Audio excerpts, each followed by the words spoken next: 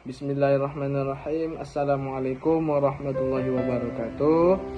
Perkenalkan, nama saya Hadi Kurniawan, NIM 12210111585. Saya sekarang di kelas Akidah Akhlak, Prodi Pendidikan Agama Islam, Fakultas Tarbiyah dan Keguruan, Universitas Islam Negeri Sultan Syarif Kasim, Riau.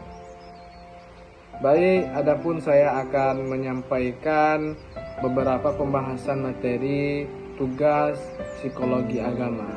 Mata kuliah psikologi agama sendiri dibimbing oleh ibunda kami, Devi Arisanti, dan untuk itu kami mengerjakan tugas yang akan saya sampaikan pada kali ini. Adapun pembahasan yang akan saya sampaikan adalah perkembangan beragama individu usia 50 tahun ke atas. Baik. Yang pertama yaitu pengertian lansia. Lansia adalah masa di mana orang tua telah menutup dalam rentang hidup seseorang. Masa ini dimulai dari masa umur 60 tahun sampai meninggal. Lansia ditandai dengan adanya perubahan yang bersifat penurunan dari kondisi fisik, psikis, sosial, dan bagaimana cara berinteraksi dengan sesama manusia. Menurut Jalaluddin, lansia adalah di mana seseorang mencapai umur 65 tahun. Pada usia ini mereka mulai menghadapi banyak permasalahan. Permasalahan yang pertama adalah permasalahan kemampuan fisik, hingga berkurangnya fisik secara menurun. Aktivitas sering mengalami gangguan, seperti gangguan kesehatan yang menyebabkan mereka kehilangan semangat ketika ingin melakukan aktivitas.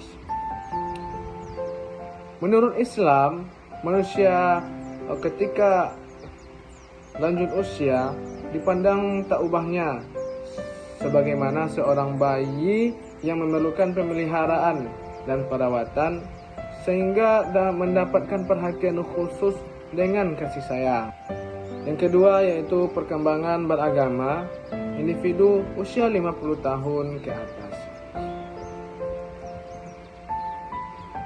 Sikap keberagaman pada lanjut usia ini secara teoritis usia tua atau yang disebut dengan lanjut usia dimulai dari 60 sampai 65 tahun hingga meninggalnya dunia.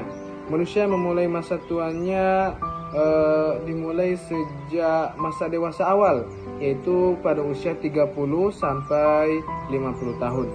Sikap mental para manusia ini yaitu pada puncak proses secara fisik dari kondisi badan sehingga mulainya kondisi fisik, dan juga secara emosional mudah tersinggung dan juga lebih mudah egois. Para ahli umumnya membagi sikap dan kematangan beragama lanjut usia dalam dua kategori. Yang pertama yaitu orang semakin matang dan mantap dalam meyakinkan agama yang ia anut, sehingga ketika dia berlanjut usia, dia lebih mengedepankan akhiratnya daripada duniawinya. Pada tahapan ini orang tidak lagi berpikir tentang pemenuhan secara hasrat ataupun keinginan diri, namun ia lebih fokus terhadap ukhrawi. Hal ini disebabkan oleh beberapa faktor seperti faktor fisik yang merasa tua dan faktor mental yang senantiasa ingin bebas menentukan sikap dari dirinya sendiri. Dari dua kategori di atas ada kategori yang disembunyikan. Baik, yang ketiga yaitu hambatan beragama individu usia 50 tahun ke atas. Ada dua faktor yang menyebabkan hambatan ini. Yang pertama yaitu faktor internal.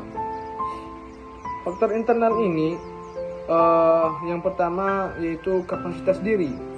Kapasitas diri ini berupa kemampuan ilmiah secara rasio dalam menerima ajaran-ajaran ajaran yang terlihat perbedaannya antara seseorang yang berkemampuan dan kurang berkemampuan. Kedua yaitu pengalaman. Semakin luas pengalaman lansia, semakin banyak pengalaman lansia seseorang di bidang keagamaan, maka akan semakin mantap dan stabil dalam mengerjakan aktivitas beragama. Yang kedua yaitu faktor luar yang disebut dengan eksternal. Potensi yang dimiliki manusia ketika itu secara umum fitrah keagamaan yaitu berupa kecenderungan untuk bertauhid sebagai potensi, maka perlu adanya pengaruh yang berasal dari luar diri manusia. Pengaruh tersebut berupa bimbingan, pembinaan, pelatihan, dan juga pendidikan. Baik, yang ketiga yaitu fanatisme dan ketaatan. Dalam tradisi keagamaan dapat menimbulkan dua sisi dalam perkembangan jiwa beragama ketika melanjut usia. Yang pertama yaitu fanatisme dan ketaatan. Fanatisme ini yaitu bisa dikatakan secara sederhana ketika lanjut usia dia telah mengikuti bagaimana cara beragama yang baik sesuai dengan para orang tua ataupun nenek-neneknya yang telah menjadi kebiasaan-kebiasaan oleh seseorang tersebut. Dan yang kedua yaitu ketaatan. Ketaatan itu muncul karena adanya perkembangan secara spiritual sehingga dia merasakan adanya ketenangan, sehingga munculnya tujuan hidup yang lebih bermakna, tidak hanya memikirkan dunia namun juga memikirkan akhirat. Nah, itulah pembahasan yang dapat saya sampaikan tentang perkembangan beragama individu dari usia 50 tahun ke atas. Mudah-mudahan apa yang saya sampaikan ini bermanfaat untuk kita semua. Dan saya ucapkan terima kasih. Lebih dan kurang saya mohon maaf. Salam cinta, salam kehangatan. Wabillahi taufiq wal hidayah. Wassalamualaikum warahmatullahi wabarakatuh.